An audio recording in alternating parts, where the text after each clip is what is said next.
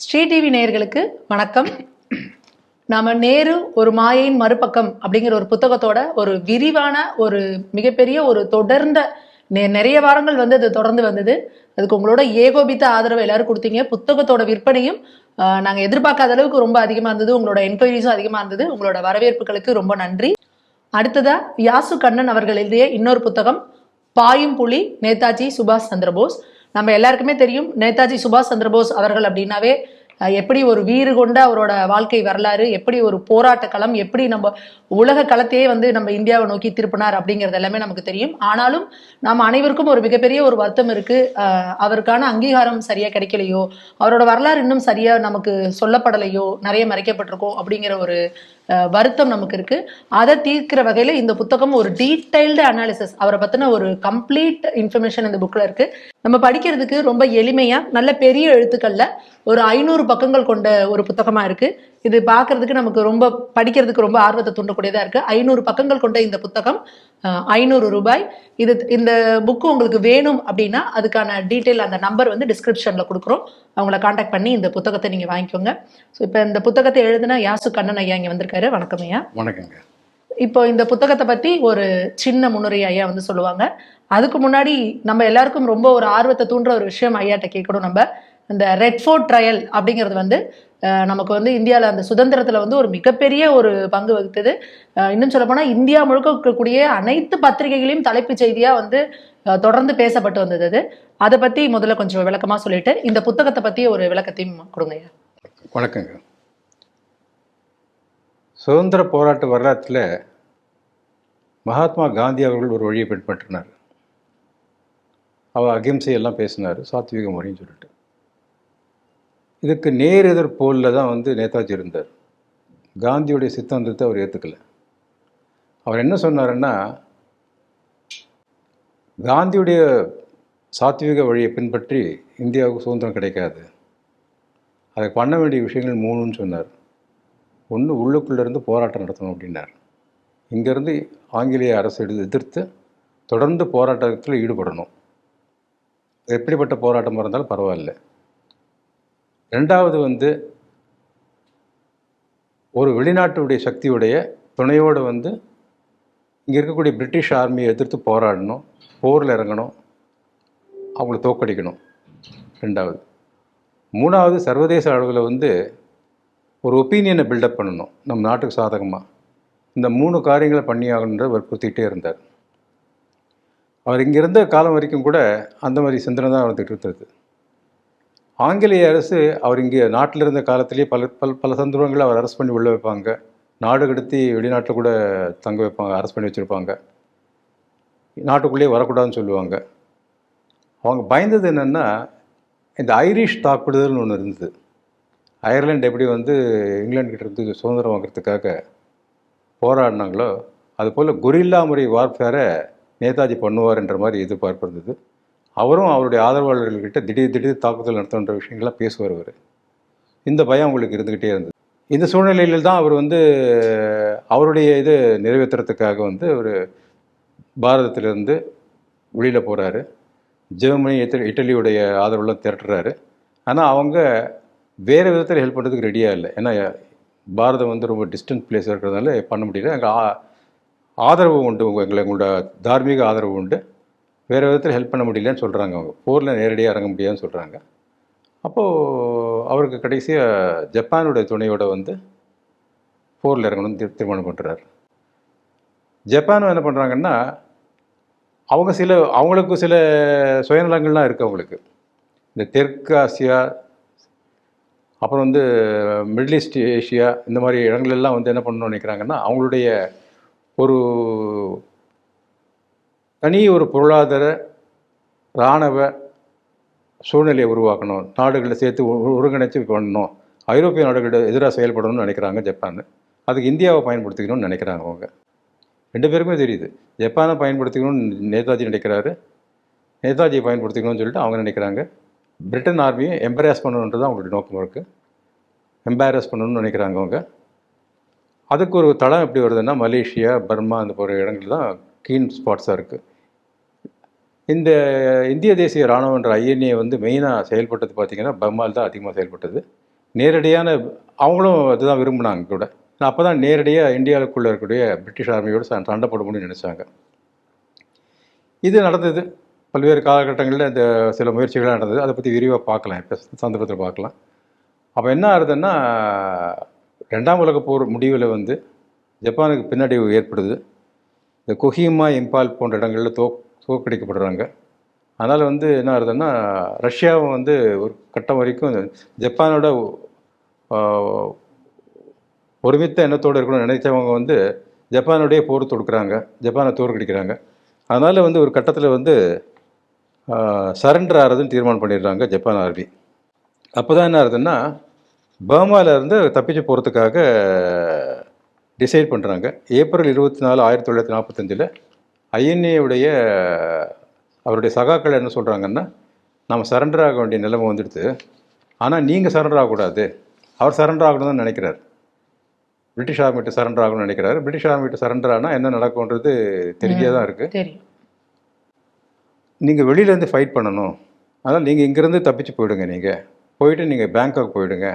Bangkok போயிட்டு அவரை நினைக்கிறாரு, பேங்காக் போயிட்டு அப்புறம் மஞ்சூரியா போயிட்டு சோவியத் ரஷ்யாவுடைய சப்போர்ட் வாங்கிக்கிட்டு மறுபடியும் ஐஎன்ஏ ரீஆர்கனைஸ் பண்ணலாம்னு நினைக்கிறாரு. அப்படி ஒரு முயற்சி நடந்துகிட்ருக்கு. ஆனால் அது நடக்கலை. அவருடைய துரதிருஷ்டமாக அவருடைய மரணம் வந்துடுது. ஏப்ரல் 24, 1945 வந்து அவர் பர்மாவை விட்டு பேங்காக்கு புறப்பட்டு போயிடுறாரு. அப்போ என்ன பண்ணுறாருன்னா, அவருடைய படை தளபதிகள்லாம் இருக்காங்க.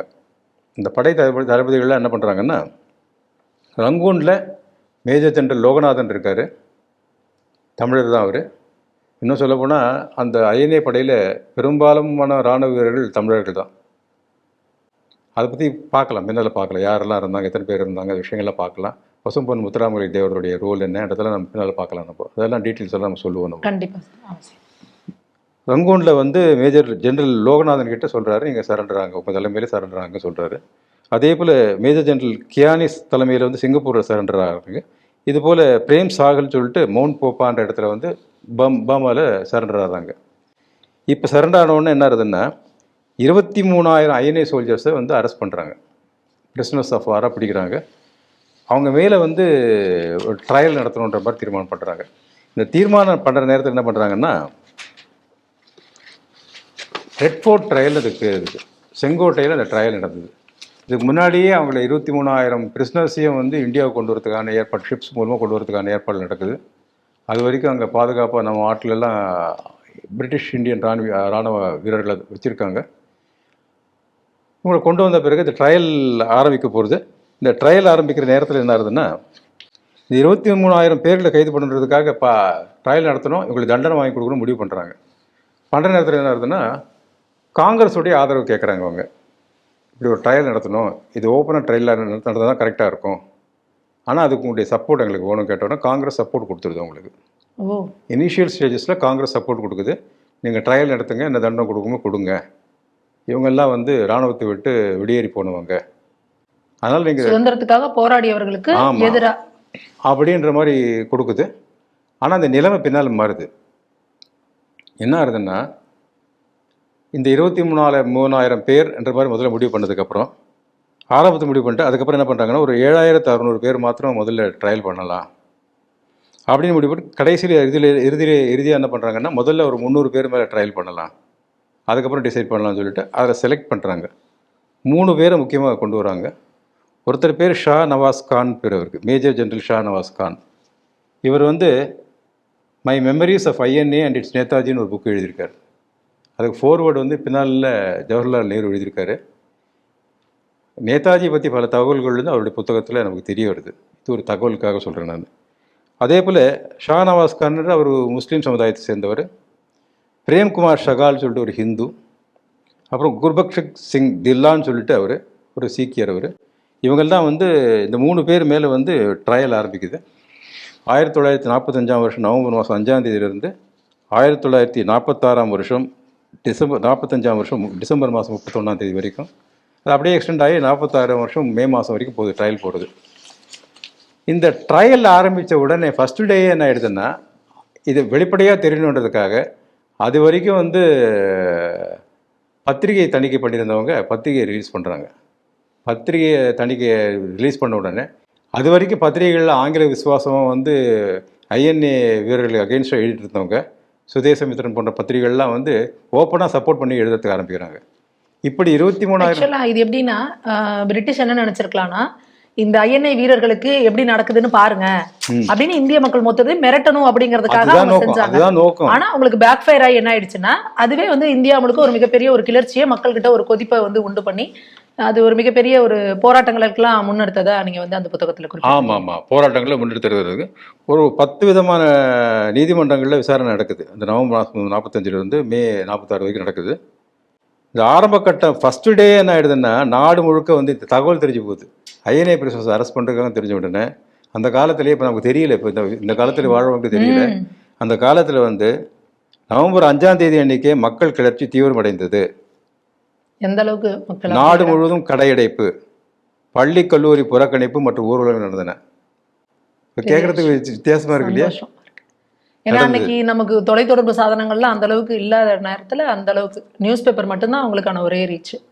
நவம்பர் 21, 1945 அன்னைக்கு என்ன ஆகுதுன்னா, கல்கத்தாவில் வந்து மாணவர் ஊர்வலத்து மீது போலீசார் துப்பாக்கி சூடு நடத்தியதில் 20 உயிரிழந்தனர். இது கிளர்ச்சியை மேலும் வலுப்படுத்தியது. ரெண்டாம் கட்டமாக வந்து பிப்ரவரி 11, 1946 அன்னைக்கு ஐஎன்ஏ அதிகாரி ரஷீத் அலிக்கு 7 ஆண்டுகள் சிறை தண்டனை விதிக்கப்பட்டது. அதை எதிர்த்து மீண்டும் மிகப்பெரிய போராட்டங்கள் வெடித்தன. அதே மாதிரி பிப்ரவரி 18, 1946 அன்றைக்கு ராயல் இந்திய கடற்படை வீரர்கள் கிளர்ச்சியில் ஈடுபட்டனர். ஐஎன்ஏ வீரர்களை விடுதலை செய்ய வேண்டும் என்பது முக்கியமான கோரிக்கையாக இருந்தது. இந்த எழுச்சி காரணமாக தான் சிறை தண்டனை விதிக்கப்பட்ட ஷாநவாஸ் கான், பிரேம் சாகல், குல்பக்ஷ் சிங்கை ஜனவரி 1947 விடுதலை பண்ணிடுறாங்க. பயப்படுறதுக்கு ஆரம்பிக்கிறாங்க. நாடு முழுக்க இந்த ஐஎன்ஏ வீரர்களை விடுதலை பண்ணணுன்ற போராட்டங்கள் வந்து பல இடங்கள் நடந்தது. சென்னையில் நடந்தது, தமிழ்நாட்டில் நடந்தது, கல்கட்டாவில் நடந்தது, பல்வேறு இடங்களில் நடந்தது. அது மட்டும் இல்லாம அந்த ஐஎன்ஏ வீரர்களை வந்து பிரிட்டிஷார் எப்படி சொன்னாங்கன்னா, இவங்கெல்லாம் ஜப்பானிய கூலிப்படை அப்படிங்கிற ஒரு வார்த்தையை பிரயோகிச்சாங்க. அதுக்கப்புறம் பொதுமக்கள் வந்து ஒரு கடுமையான ஆட்சேபனை தெரிவிச்சதுக்கு அப்புறம் அவங்கள வந்து தேசபக்தர்கள், சுதந்திர போராட்ட வீரர்கள் அப்படிங்கிற வார்த்தைகள் வந்து அதுக்கப்புறம் மாறினது அப்படின்றதையும் உங்க புத்தகத்துல அது குறிப்பிட்டிருக்கீங்க. அது உண்மையாலுமே நம்ம குறிப்பிட வேண்டியது. ஏன்னா சுதந்திரத்துக்கு பிறகும் வந்து நேதாஜி அவர்கள் வந்து தேடப்படும் குற்றவாளி அப்படிங்கிற ஒரு இதுல பேர் இருந்தாரு அப்படிங்கறதுதான் நமக்கு ஒரு வலியும் வேதனையும் கொடுக்கக்கூடிய ஒரு விஷயமா அது நம்ம வரலாற்றுல பதியப்பட்டிருக்கு. ஏன்னா சுதந்திரம் கிடைச்சதுக்கு அப்புறமும் சுதந்திர இந்தியாவில் நேதாஜி அவர்கள் வரவே இல்லை. அவரை நம்ம எங்கேயும் பார்க்கல. அவரோட மறைவும் வந்து நமக்கு இன்னை வரைக்கும் அது ஒரு மர்மமாவே தான் இருந்துட்டு இருக்கு. அப்படிங்கிறப்போ ஒரு சுதந்திரத்துக்கு முன்னாடி போராடினவங்களை வந்து அவங்க கிளர்ச்சிக்காரர்கள், ஆங்கிலேய படைக்கு வந்து எதிரானவர்கள் அப்படிலாம் சொல்றாங்க. ஆனா சுதந்திரம் கிடைச்சதுட்டா அவங்க வந்து சுதந்திர போராட்ட தியாகிகள் அப்படிதான் நம்ம சொன்னோம். ஆனா அந்த நீதி வந்து நேதாஜி அவர்களுக்கு கிடைக்கலையோ அப்படிங்கிற வருத்தம் வந்து நிறைய நேதாஜி அவர்களோட ஃபாலோ பண்ண எல்லாருக்குமே வந்து அந்த ஒரு வருத்தம் வந்து எப்பவுமே உண்டு. முதல்ல சொன்னேன் இல்லையா, ஆரம்பத்தில் காங்கிரஸ் வந்து பிரிட்டிஷ் அரசாங்கத்துக்கு ஆதரவாக செயல்பட்டாங்கன்னு சொல்லிட்டு இந்த எழுச்சி பார்த்த உடனே பயந்துட்டாங்க. உடனே என்ன பண்ணாங்கன்னா, அவங்களே ஒரு டீம் ஆஃப் அட்வொகேட்ஸ் ஏற்பாடு பண்ணாங்க. புல்லோபாய் தேசாயின்னு சொல்லிட்டு ஒரு சீனியர் அட்வொகேட் தலைமையில் 30 வருஷமாக கோட்டு போடாத, வக்கீல் கோட்டு போடாத நேருவே வந்து ஒரு 17வது அட்வொகேட்டாக வந்து நின்னாருங்க. என்ன பண்ணாங்க, 1942 அப்புறம் அவங்களுக்கு இஷ்யூவே கிடையாது. 42 வெள்ளையனை வெளியேறு இயக்கமே தோத்து போன இயக்கம். இந்த இஷ்யூவே கிடைக்காத நேரத்தில் என்ன ஆச்சுன்னா, இது ஒரு இஷ்யூ கிடைச்சிருக்குன்னு நினச்சிக்கிட்டாங்க. இப்போது வெள்ளைக்காரனை வெட்டுறதுக்கு ஒரு இஷ்யூ கிடைச்சிருக்கு, நேதாஜியை பயன்படுத்திக்கணும்னு நினச்சாங்க. காந்தி 3-4 தடவை ரெட் ஃபோர்ட்டுக்கு போயிட்டு இந்த சிறையில் அடைக்கப்பட்ட ஐஎன்ஏ பிரிசனர்ஸை பார்க்குறாரு. அவர் இது நடக்குது, அந்த ட்ராமாலாம் கூட நடக்குது. அதாவது இப்போ இந்த மத்திய அரசோட நலத்திட்டங்கள் எல்லாம் இங்க திமுக வந்து ஸ்டிக்கர் ஒட்டுற மாதிரி நேதாஜி அவர்கள் உழைப்புக்கு வந்து காங்கிரஸ் ஸ்டிக்கர் ஒட்டிட்டாங்க. ஆமா. உடனே நேரு சொல்றாரு, அவங்க வந்து அவங்க நாட்டு விடுதலைக்காக பாடுபட்டாங்க, அதனால வந்து அவங்கள வந்து தண்டனை கொடுக்கக்கூடாது. அவரே பேசுறதுக்கு ஆரம்பிக்கிறார், அறிக்கை விடுறதுக்கு ஆரம்பிக்கிறார், எல்லாம் நடக்கிறதுக்கு ஆரம்பிக்குது. இப்படி பல்வேறு விதமான போராட்டம் நடக்குது. டெல்லி விசாரணைக்கு எதிர்ப்பு தெரிவித்து கல்கட்டாவில் கிளர்ச்சி நடக்குது. ராமேஸ்வர பானர்ஜி உள்ளிட்ட போராட்டக்காரர்கள் கொல்லப்பட்டார்கள்.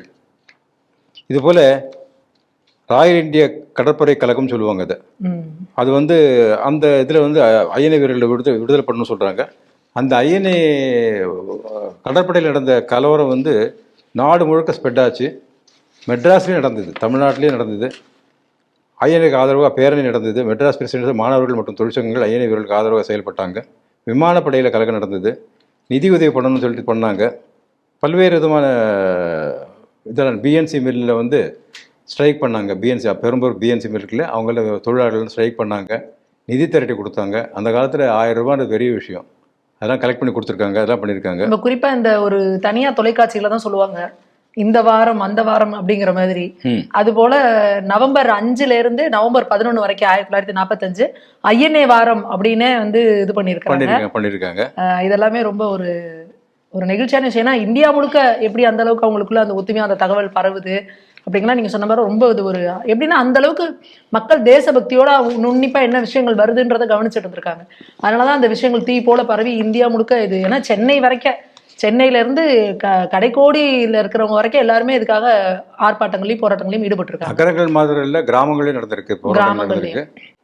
2ஆம் உலக போர் நேரத்தில் சிறையில் இருந்தார் பசும்பொன் முத்துராமலிங்க தேவர். அவர் வந்து 1945 வருஷம் செப்டம்பர் மாதம் 5ஆம் தேதி விடுதலை செய்யப்பட்டார். ஃபார்வர்ட் பிளாக்குக்கு தலைவராக இருந்தவர் அவர். 1939 தொடங்கப்பட்ட ஃபார்வர்ட் பிளாக்குக்கு நெருங்கிய சகா நேதாஜிக்கு. விடுதலை ஆனதுக்கப்புறம் உடனே வந்து போராட்டத்தில் இறங்குறாரு அவர். ஐஎன்ஏ வீரர்களை விடுதலை பண்ண சொல்லிட்டு தீவிரமாக பிரச்சாரம் பண்ணார், பொதுக்கூட்டங்கள் நடத்தினார். அவர்களுக்கு ஐஎன்ஏ வீரர்களுக்கு ஆதரவான எழுச்சியை உண்டாக்குனார் அவர். இப்படி பல்வேறு விதமான செயல்பாடுகள் நடந்தது. தமிழகத்தில் பார்த்தீங்கன்னா முத்துராமலிங்க தேவர் தலைமையின் கீழ் வந்து மதுரையிலும் தமிழகத்தின் பிற பகுதிகளிலும் ஐஎன்ஏ நாள், ஐஎன்ஏ வாரம்லாம் கடைபிடிக்கிட்டது. ஆயிரக்கணக்கான பொதுமக்கள் கலந்து கொண்டு ஆங்கிலேய அரசுக்கு எதிராக குரல் கொடுத்தனர். இந்த தாக்கங்கள்லாம் நடந்த காரணத்தால் என்ன ஆகுதுன்னா, இந்த வீரர்கள் மேலே யார் மேலும் நடவடிக்கை எடுக்க முடியாத சூழ்நிலை உருவாது. யார் மேலேயும் நடவடிக்கை எடுக்க முடியாமல் அத்தனை பேர் ரிலீஸ் பண்ணணுன்ற மாதிரி சூழ்நிலை உருவாச்சு. இதில் ஒரு குறிப்பிடத்தக்க விஷயம் என்னன்னா, இன்னைக்கு நம்ம இந்த திமுக போன்ற கட்சிகள்லாம் எப்படி ஒரு பிம்பம் கட்டமைக்கிறாங்கன்னா, தமிழகம் என்னைக்குமே தனி, நீங்க பாரதத்துல மித்த எப்படி வேணா பண்ணலாம், தமிழகம் என்னைக்குமே தனி அப்படிங்கிற மாதிரி ஒரு பிம்பத்தை கட்டமைக்கிறாங்க. ஆனா இங்க பாத்தீங்கன்னா இதுல நிறைய பேர் வந்து தமிழர்கள் இதுல பங்கெடுத்திருக்காங்க. சென்னையில கிராமங்கள்ல இருந்தா நிதி திரட்டி இதுக்கு கொடுத்துருக்காங்க. அதே போல இன்னைக்கு நம்ம சொல்றோம் இல்லையா, கேப்டன் லட்சுமி சுவாமிநாதன் அம்மா அவங்க ஒரு தமிழர் அப்படின்னு சொல்லி சொல்றாங்க. அப்போ இன்னைக்கு இந்த காலகட்டத்துல 2025 பாரத் மாதா கி ஜெயின்னு சொன்னா நம்மளோட தமிழக அமைச்சர்களுக்கு கோபம் வருது, தகாத வார்த்தைகள்ல பேசுறாங்க. ஆனா 1945 நம்மளோட பாரத தேசத்தோட விடுதலைக்கு தமிழகம் ஒரு மிகப்பெரிய பங்காற்றி இருக்கு அப்படிங்கிற வரலாறு நம்மளோட இளைஞர்கள்கிட்ட திட்டமிட்டு மறைக்கப்பட்டிருக்கோ அப்படிங்கிற ஒரு கேள்வி, மிகப்பெரிய கேள்விக்குறியும் நம்ம கிட்ட இன்னைக்கு எழுந்திருக்கு. இந்த ஐஎன்ஏ பிரிஸ்னஸை தண்டிக்கணும்னு நினைச்சாங்க பிரிட்டிஷ் அரசாங்கம். அதே அவங்களுக்கு பேக் ஃபயர் ஆச்சு. கண்டிப்பா கிட்டத்தட்ட மக்கள் அந்த அளவுக்கு அவங்களுக்கு ஆதரவு தெரிவிச்சிருக்காங்க. கிட்டத்தட்ட 1948 மார்ச் ஜூன் வரைக்கும் போகணும்னு நினைச்சாங்க, சுதந்திரம் கொடுக்கறதுக்கு டிலே பண்ணணும்னு நினைச்சாங்க. ஆனால் இதெல்லாம் பார்த்ததுக்கப்புறம் ராணுவம் நம்ம கண்ட்ரோலில் இல்லை, போலீஸ் நம்ம கண்ட்ரோலில் இல்லை, கடற்படை கண்ட்ரோலில் இல்லை, விமானப்படை கண்ட்ரோலில் இல்லை என்ற பயம் வந்துடுது அவங்களுக்கு. பர்மாவிலேருந்து வந்துட்டு இருந்த தகவல் கூட மோசமாக இருந்தது. ஏன்னா அங்கேருந்து ஐஎன்ஏ பிரிஸ்னஸை அந்த சிறையில் வச்சுட்டு இருக்கிறதுக்காக இங்கேருந்து அனுப்பிச்ச பிரிட்டிஷ் ராணுவ சோல்ஜர்ஸ் எல்லாம் என்ன பண்ணாங்கன்னா, அவங்க தமிழர்கள் தானே பெரும்பாலும், அவங்கெல்லாம் நீ மாமா நீ மச்சான் நான் இந்த உறவு அந்த உறவுன்னு சொல்லிட்டு அவங்க நெருங்கி பழகிறதுக்கு ஆரம்பித்தாங்க. இங்கே இராணுவத்திலேயே கூட ஐஎன்ஏ வீரர்கள் பண்ணது என்ன தப்பு, நல்ல விஷயம் தானே பண்ணியிருக்காங்க, அவங்களுக்கு ஆதரவு நம்ம கொடுக்கணுன்ற மாதிரி எண்ணம் வரதுக்கு ஆரம்பிச்ச உடனே பிரிட்டிஷ் அரசாங்கம் ரொம்பவே பயந்துடுது. பின்னால் இதை பற்றி பேச்செல்லாம் வருது. அம்பேத்கர் வந்து பிபிசியில் பேசுகிறச்சு சொல்கிறாரு, இந்தியாவுக்கு சுதந்திரம் கிடைச்சதுக்கு ஐஎன்ஏ தான் காரணம்னு சொல்கிறாரு, காந்தி காரணம் கிடையாதுன்ற விஷயத்தை சொல்கிறார். அதே போல் அந்த இந்தியாவுக்கு சுதந்திரம் கொடுத்த நேரத்தில் பிரதமராக அந்த அட்லி என்ன பண்ணுறாருன்னா, ஒரு சமயம் வந்து இந்தியா வந்திருக்காரு, 1950s வர்றாரு அவர். அதை பற்றி பார்க்கலாம் டீட்டெயில் பார்க்கலாம். அவர் தெளிவாக அவர் கேட்குறாங்க, என்ன கேட்குறாங்கன்னா, நேரு ஒரு பாயன் பக்கத்தில் கூட இதை பற்றி நீங்கள் அதை பற்றி மென்ஷன் பண்ணியிருக்கேன் இல்லையா. அவர் கேட்குறாரு, அவர் கேட்குறாங்க, இந்த மேற்குவங்க கவர்னராக இருந்தவர் கேட்குறாரு இல்லையா, யாரால் சுதந்திரம் கிடைச்சதுன்னா ஒரு நேதாஜி என்றது குறிப்பிட்றாரு. காந்தியுடைய ரோல் என்னன்னு கேட்டால் ரொம்ப மினிமல் சொல்கிறார். இந்த ஐஎன்ஏ ட்ரையல் வந்து பெரிய இன்ஸ்பிரேஷனாக நடந்தது. இந்தியாவுக்கு சுதந்திரம் கிடைக்கிறது விரைவுபடுத்துறதுக்கு முக்கியமான காரணமாக அமைஞ்சது. இந்த புத்தகத்தில் வந்து பல விஷயங்கள் நம்ம சொல்லியிருக்கோம். இந்தியன் பில்கிரிம் சொல்லிட்டு ஒரு புத்தகத்தை ஆட்டோபயோகிராஃபி எழுதியிருக்கார். சுயசரிதத்தை நேதாஜி எழுதியிருக்கார். அவருடைய பிறப்பிலிருந்து கிட்டத்தட்ட 1921 காலகட்டத்தில் இருக்கக்கூடிய விஷயங்கள்லாம் வந்து அவர் அந்த புத்தகத்தை அவரே சுயசரிதத்தில் எழுதிட்டார். அதுக்கப்புறம் தி இந்தியன் ஸ்ட்ரகிள் ஒரு புத்தகம் எழுதியிருக்கார். அவர் அரசியல் வாழ்க்கை மற்ற விஷயங்கள்லாம் கிட்டத்தட்ட 1942 வரைக்கும் இருக்கக்கூடிய விஷயங்கள்லாம் அதை சொல்லியிருக்காரு. அந்த 2 புத்தகத்தில் இருக்கக்கூடிய சில விஷயங்களை நான் குறிப்பிட்டிருக்கேன் அந்த புத்தகத்தில். இதில் மெயின் ஸ்ட்ரெஸ் என்ன பண்ணிருக்கோன்னா, இந்திய தேசிய இராணுவம் எப்படி உருவாச்சு, அது எப்படி கட்டமைக்கப்பட்டது, அதோடைய ரோல் என்ன, எங்கெல்லாம் அவங்க வந்து வெளிநாட்டில் வந்து அந்த கவர்மெண்ட் ஃபார்ம் பண்ணுறாங்களே, ப்ரொவின்ஷியல் கவர்மெண்ட் ஃபார்ம் பண்ணுறாங்களே, அந்த விஷயங்கள், அந்த டீட்டெயில்ஸ் எல்லாம் ஃபுல்லாக கொடுத்துருக்குது. நீ ரொம்ப பயன்படும், படிக்கணும்னு கேட்டுக்கிறேன் நான். நன்றிங்க ஐயா. இது முன்னுரை மட்டும்தான், ஒரு சின்ன முன்னுரை கொடுத்துருக்காங்க ஐயா. இதில் பாயும்புலி நேதா சுபாஷ் சந்திரபோஸ் இந்த புத்தகத்தில் இனி வரும் அடுத்தடுத்த எபிசோட்ஸில் வந்து நேதாஜி சுபாஷ் சந்திரபோஸ் அவர்களுடைய போர் குணம் என்ன, எந்த அளவுக்கு அவர் சாதுரியமாக செயல்பட்டார், பாரத தேசத்தோட விடுதலைக்காக எப்படி ஒரு ஜியோ பாலிட்டிக்ஸ், இன்னைக்கு நம்ம சொல்லிட்டு இருக்க ஜியோ பாலிட்டிக்ஸை அன்னைக்கு அவர் எப்படி ப்ராக்டிக்கலாக அதை யாருமே யோசிச்சு கூட பார்க்க முடியாத அளவுக்கு இருக்கப்போ எந்த அளவுக்கு அவர் வந்து ஒரு ஜியோ பாலிட்டிக்ஸ் பண்ணி உலக தந்திரங்களை கையாண்டு உலக நாடுகளோட ஆதரவை பெற்று எப்படி வந்து பிரிட்டிஷ் அரசாங்கத்தை மிரட்டணும், பிரிட்டிஷ் அரசாங்கத்துக்கு ஒரு நெருக்கடியை கொடுக்கணும் அப்படிங்கிற அளவுக்கு ஒரு மனிதன் வந்து எப்படி ஒரு சிம்ம சொப்பனமாக வந்து விளங்கினாரு அப்படிங்கிறத வந்து இன்னும் டீட்டெயில்டாக நம்ம பார்க்க போகிறோம். இதை நீங்கள் படித்து தெரிஞ்சுக்கணும் அப்படின்னா டிஸ்கிரிப்ஷனில் இருக்கிற நம்பருக்கு கால் பண்ணுங்கள். அந்த புத்தகம் உங்களுக்கு வீடு தேடி வரும். நன்றி, வணக்கம். நன்றி, வணக்கங்க.